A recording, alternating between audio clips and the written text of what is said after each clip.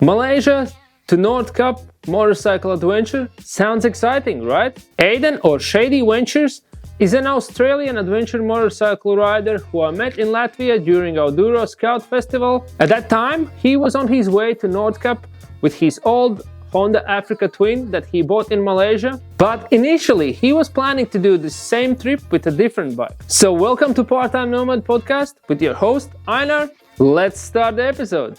Hey Aydan, I'll give you coffee from us, from Outduro. Perfect.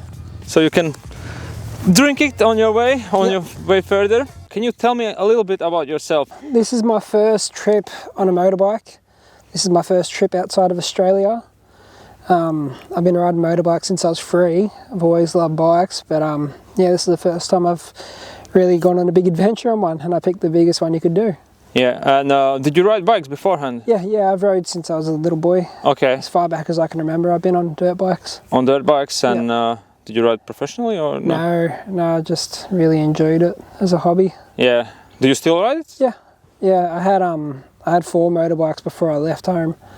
Now I've got 3 motorbikes at home. No, 2 bikes at home. No.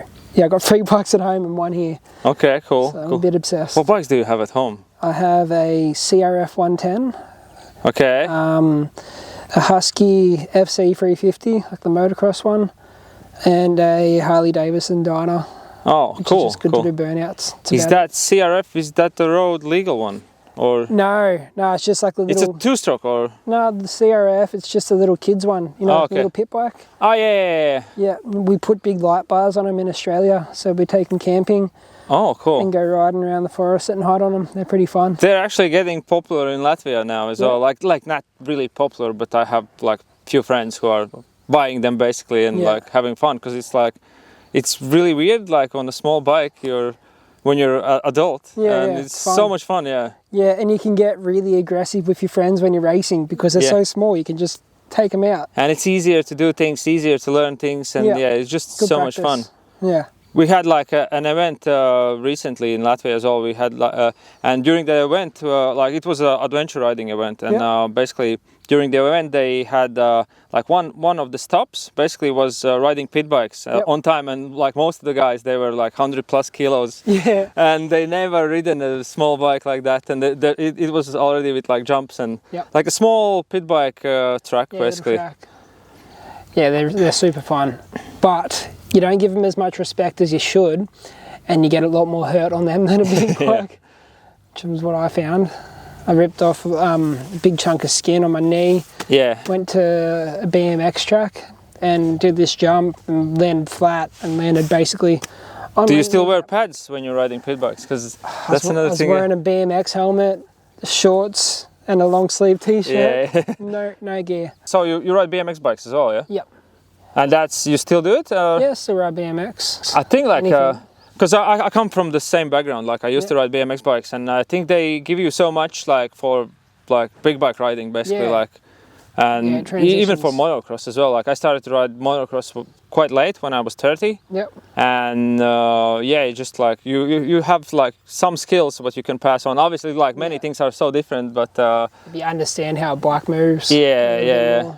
You live in Australia, or you live in? I live in Australia. Okay, yeah, because I saw some of your videos, and you were in Malaysia, yeah? Yes. So I live in Australia. I've been out of Australia since November 30 last year. Okay. That's when I left. And I bought that motorbike in Malaysia, and I rode it here from there. So. And I saw you had a different bike. Can you tell me a bit more about the previous one? Yep. Okay, so I had a CRF 250 Rally.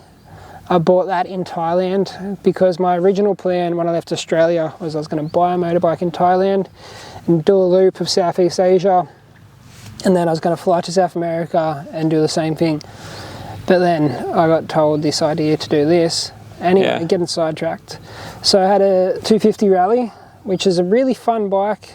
In Thailand, they're really cheap. I picked it up for maybe €2,000. Oh, okay, yeah, that's cheap, yeah. And I rode it all around North Thailand for like 3 months. It's like some of the best roads you're ever going to ride there.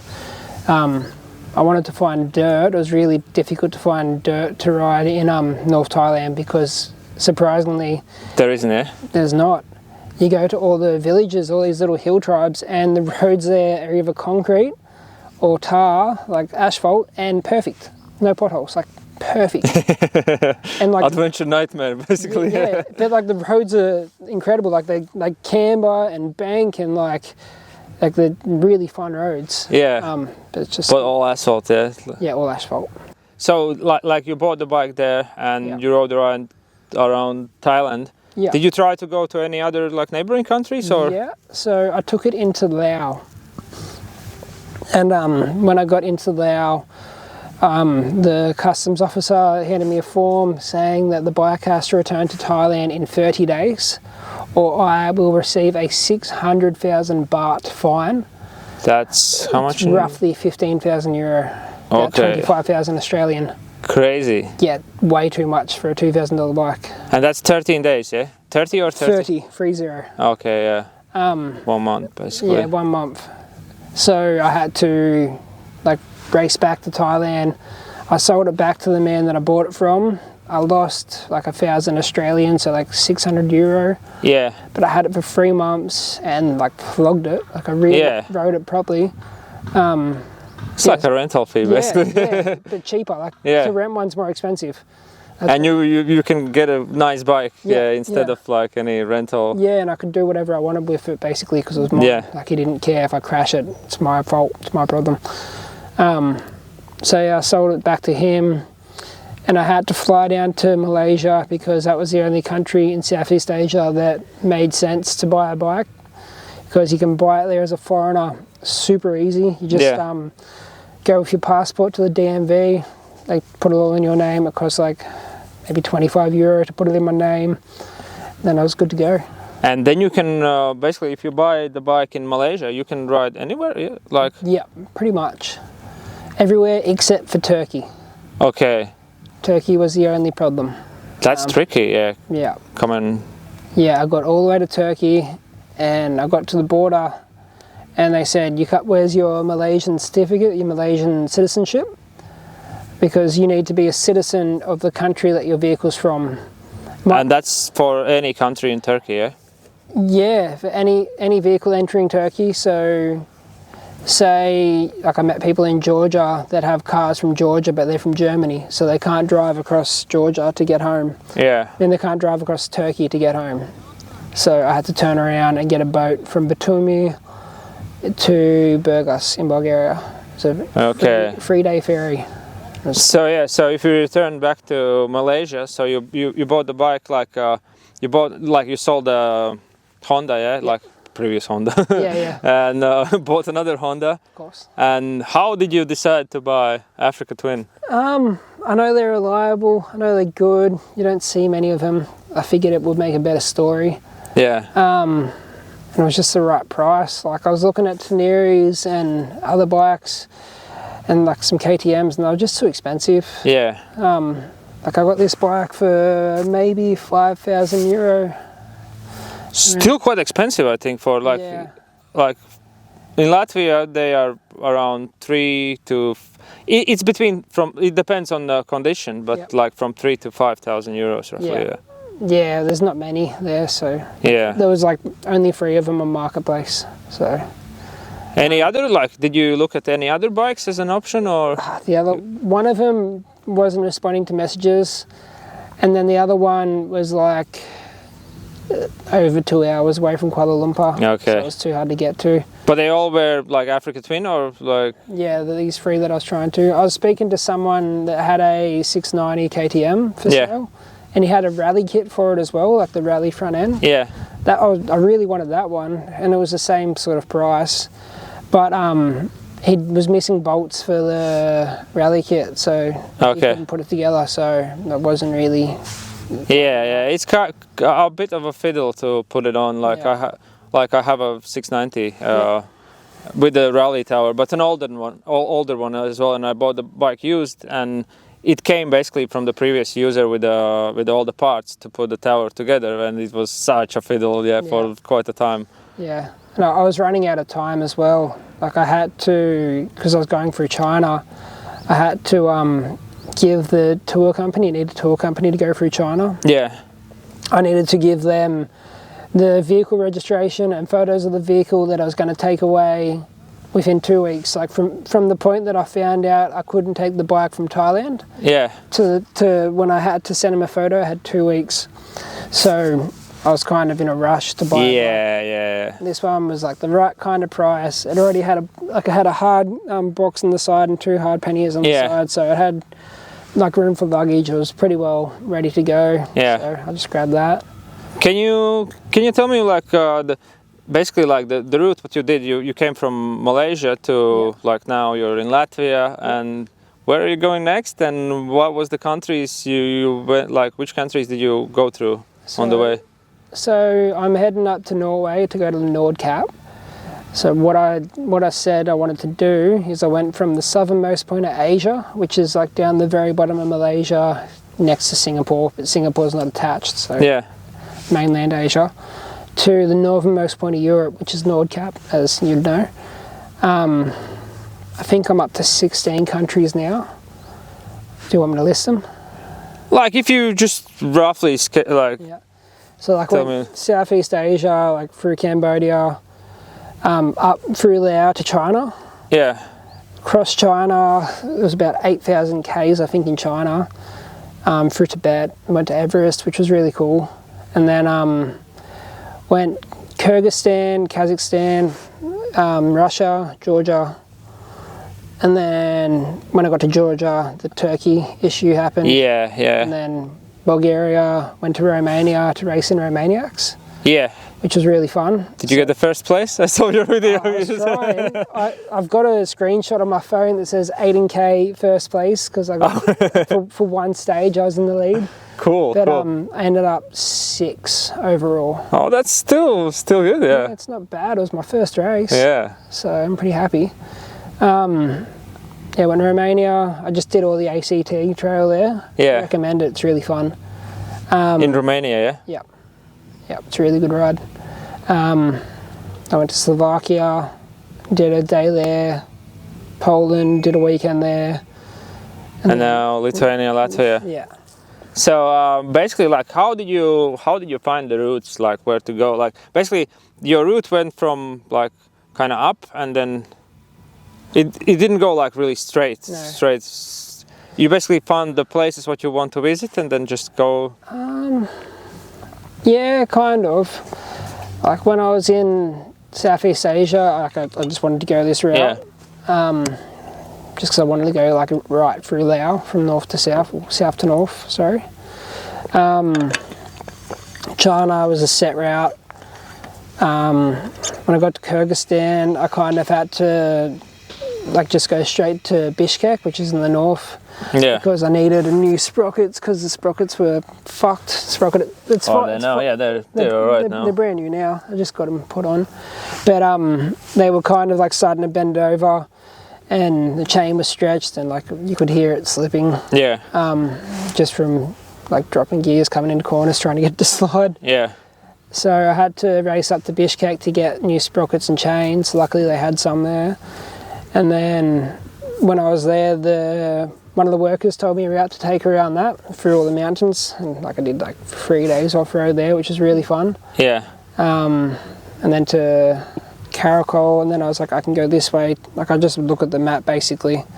Like I'll just go, okay, I'm going to here. All right, how can I get there? All right, what's going to be the best way to get there? Just like pick alternate routes. What apps do you use on your? Use your phone, yeah. Yeah. So now that I'm here, I'm using Osmond in Europe. Yeah. When I was in Thailand, I was using Gaia, Gaia maps. Never heard of it. Yeah. That was really good there, like because you could just zoom right in and find like the dirt roads. Okay. Yeah. But that's like more for that area, yeah. Like You somewhere. can use it anywhere. Okay. It was just good there. You can. I actually never heard of it. Yeah. It's a pretty good one when you figure it out, and you can like just go dot to dot. Like you can just like put points. Okay. Yeah. Like waypoints, and you can make it go wherever you want. Also, basically, like if you put dots somewhere, like in the places you want to like visit or like if you see something interesting road, so it kind of like a bit more into it than that. Like you've got to, because it'll try not to go these roads sometimes because it'll think it's like not an actual road. Yeah. So you have to like go dot every corner, like every intersection you have to put a point. Okay, It can be quite a hassle. Like you'd just spend a night planning out a week's worth of riding. And then, go see so you plan it in advance and then just use like the same app or that was Guide in Southeast Asia. That was really good. But here I've just been following like the TET. Yeah. Okay. Europe is easy. You just go on a TET and like if you want some great off-road, so you can always get it. The only annoying part is you got to click on it and then go, oh, section 8, okay, oh, that's up there. All right, which section do I need? Oh yeah, it's sometimes confusing, especially like bigger countries like France or Poland as well. Yeah, they split in sections. Latvia, I think there are few sections as well. Yeah. But you just download all of it and you just leave it on your map. I was doing a bit of Lithuania, did like section 8, like most of section 8, and that was really fun. Yeah. Riding down there. How was Polish TET? It's just like farm roads basically. Okay. Wasn't anything crazy. There was no. It's just a very flat, farmy country, so it's just like roads that link like properties together basically. Yeah, it depends really on area. I think like if you go on the TET, like in. This is in the north. This was north of Elk. Okay. I did a little bit in the south, but it was just the same sort of stuff. Yeah. It was fun. It's fun for a little bit, and then it gets boring. And just if you need to get somewhere, obviously, you can just use a normal road. In that case, if it's like the straight gravel roads with the farmlands on the side. So let's return to the bike. Basically, can you tell me like a little bit about the setup you have on your bike? Like what luggage do you use, or? So it's been a work in progress the whole trip basically. So when I started the trip, I wasn't planning on doing a big overland trip, so I had a backpack. Yeah. And then when I bought the bike, I had 2 hard panniers on the side. They were for KTM. And the top box, which was good in Southeast Asia because it was kind of like just roads. Yeah. Except the welds on the frame just kept snapping. So I think I went to maybe 5 different shops to weld it again, to just get it re-welded. And like in Southeast Asia, they just like get like the stick on a fucking like on a battery. Like it's pretty dodgy.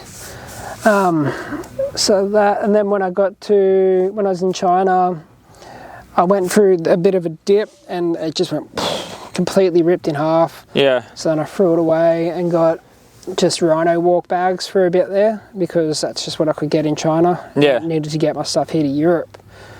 So I had Rhino walk bags in the back and I picked up these Outduro stand bags for the front. They're good. They don't really sit properly, but they're good. That's just because I can't figure out how to strap it to that. Oh yeah. It's a bit funny. I need longer straps. But yeah, basically like soft luggage and...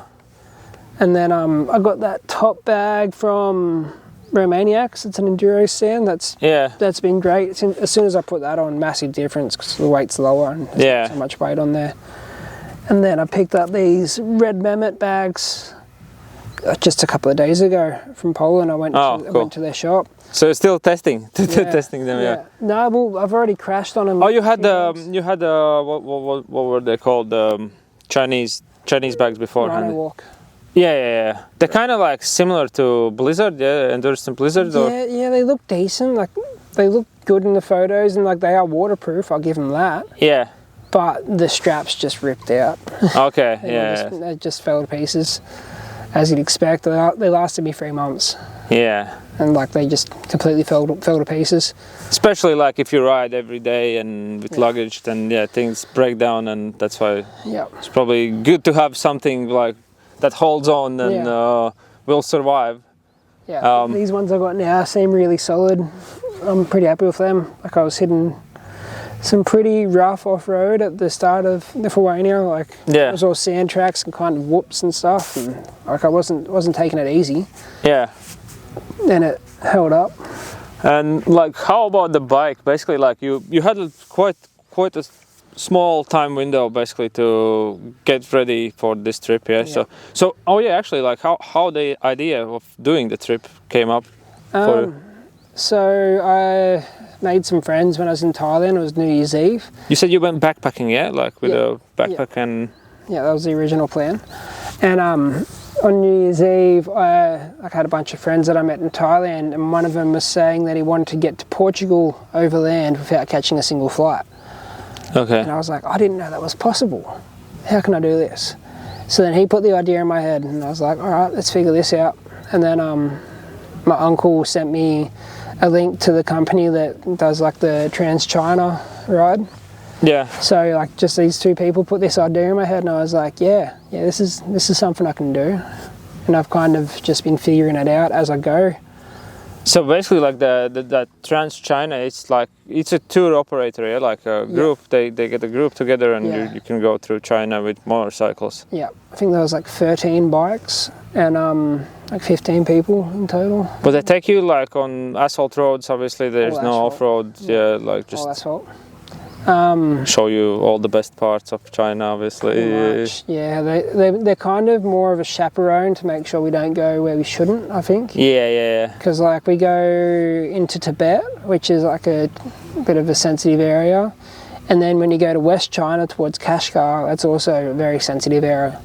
Okay. Like we couldn't even buy fuel. Like they really don't want tourists there. Okay. Like I remember going to a petrol station, and the lady was like freaking out, and she had to call the police to ask permission if she could fill up these foreigners, and the police said no. Oh really? Like to buy fuel? Yeah. We needed to wait for the tour guide to catch up, so then we could use his Chinese identification card. Okay, but with the tour guide you could get it. Yeah, but you just need the Chinese identification card. Crazy, yeah. That's Yeah. Any other crazy stories from China? In Tibet, you cannot just go to a Biaza and put the thing in your bike. You can't just like go straight from the pump. Yeah. You have to go and park like over there. They have like a square marked off with a motorbike painted on it, and you've got to park in there. You've got to go, okay, I need about 10 litres. And then they'll go, all right, they'll fill up a jerry can, come over and pour it in. And then you've got to look in there and go, I think I need 4 more litres. And then they'll put a few more. You kind of have to guess, like. Yeah. With a motorcycle, it's really tricky because you never know. Like you just need a full tank. Yeah. Like. Yeah.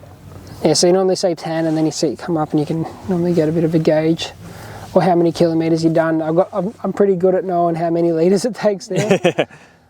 Yeah. So and for how many days was that trip through China? China was, I think, 25 days. And That's quite a long period of time, yeah. Yeah, we had maybe 4 days off, and each day we rode 300-400 k's. Like, cool. It's a big country. It's a really big country. What else happened in Tibet? Yeah, the tour guide's kind of just like a chaperone to make sure you don't get in trouble. Yeah. I remember there were some ladies in the group, and their last name's Mac, so they had like a flag that says Mackies, and they took a photo in front of the Patella Palace with their flag, and the police came with their guns and stuff. Were like, you can't take photos of your flag. They didn't know what it was. Like they thought it might have been a protest. Did your bike broke down? Or? Oh, actually, so you got the instrument cluster up there. And like, so the way that's mounted is to the front of the frame, there's like 2 bolts, and it's like a bit of a U with like beams that come out that hold the headlights, hold the front shroud, hold everything together. That snapped. And I was riding along, and I could see the whole front waving like this, and I was like, what's going on here? And pulled it all apart, had a look, and it snapped clean in half. This was when I was in Kyrgyzstan, so I had to. I was at like a guest house place, little farm stay, and I was like, I need some metal. Like I told him, I need some metal like the size of my pinky. Yeah. So he took me out the back. He had a big pile of like just like reinforced like scrap metal, concrete Rio kind of stuff, and just cut off a little chunk, boom, and I jammed that in there. Had to get the hammer and smack it in, put the top bit on top, and then took me to his friend's house, and they just welded it up quickly. Yeah. So, but it's fine since then, yeah. No, I broke again when I got to Georgia. Somewhere in Kazakhstan it broke. And like, luckily, because I had the metal inside it, it had like a bit of a guide to slide up and down. Yeah. It wasn't just free. So then I was kind of in survival mode until I got to Europe. And any other things like? What else is going on it? I lost my number plate pretty early on when I was in Cambodia. I was riding this dirt road. It was horrible. And it was just stuck on with like 3M double-sided tape, and it just, I don't know where it is. Well, that's like, like the things what you're telling, what broke, basically they are the things what can break on any bike, and but it's really reliable comparing for its age as well. Yeah, like, it's just been maintenance kind of deal. Like I've had to replace this. I was a chain and things like that. Yeah. So I did chain and sprocket in Thailand when I first got it. Yeah. Chain, sprocket and tyres. And brake pads, and then I did the back disc in China when I first got there because I couldn't get one in Thailand. Yeah. Then I replaced the tyres at the end of China. I replaced the sprocket and chain like pretty much at the end of China as well. Rode around all Central Asia a fair bit, and then when I got to Europe, I took it to Curonian Moto in Sibiu. Yeah. I left it with them. I said, just go over it, check everything, make sure it's fine. Well, that's really good for. There was one issue with an oil leak because it's got an external oil filter at the front here, and it's got these two feeds, and there's like a flexi hose section. Yeah. One of them ruptured, so it was like just dripping oil. Does it eat oil at all, or? Yeah, it does a little bit. I think I need to put some in there now. It goes. Well, a little bit. That's like even new bikes eat oil sometimes. Yeah, so you know that's the main thing it's had is just like little oil leaks, but it's been pretty strong. Like engine-wise, it's not an issue. So the plan is to take the bike. Basically, you're going up to Nordkapp, yeah. Yep.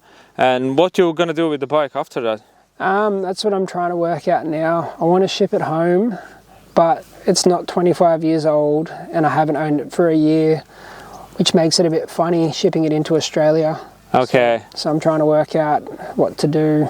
Can you leave it in Norway for a while and then ship it? I've got a friend in Spain. I might message him and see if I can leave it at his house. Yeah. Then come back and do some more riding and ship. You can leave it in Latvia. Leave it in Latvia? Yeah, that'll work. Yeah. Yeah. Or Spain, Spain is nice as well, I still got to work out what I'm going to do, how long I can leave it in Europe for as well, like that's another thing I have to worry about. I think like if you don't, like, it depends on the country of registration, yeah. Can you register it in Australia? Yeah, I can, but once it gets there. Okay, yeah. I have to get it there. So what would be like one thing what you wouldn't be able to live without on a trip like this? Obviously a tool roll. Need tools. Yeah. Yep. That's it. That's it. Just one thing. Everything else, like when you're riding, like I've got stuff to cook with and things like that because like I like camping. But those are extras, yeah. You don't need it. You can go to a cafe or there's like cafes, there's truck stops, there's always food. Like there's always food. And like basically one thing what you would ditch from everything what you have in your bags. I kind of use everything that I've got. Did you ditch anything on the way? Basically, like did you? When you started your trip, I saw you like when you started your trip, you had a backpack on your back. So I had too many clothes. I had a lot of clothing. Like I had and I accumulated more clothing as I went. Yeah. Like just what happens. So I had far too much clothes. What would I get rid of? I've got it pretty much how I want it now. I just sent home a lot of stuff. It's a tough question. You just need the basics, really.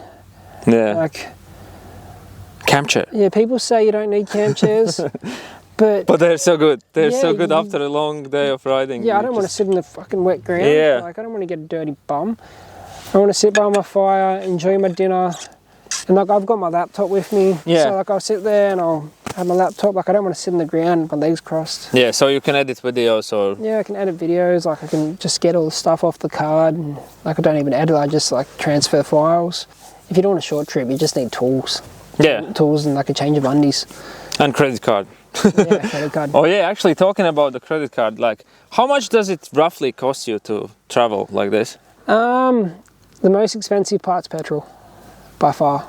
That is the biggest. That's like 35 euros a day when you're riding properly. But like roughly, if you would say like you spend what amount like each day? Like not each day, like each day can be different, but like what would be the average of I kind cost? of try and budget around $100, 100 Australian, so that's like 60 euros? 60 euro.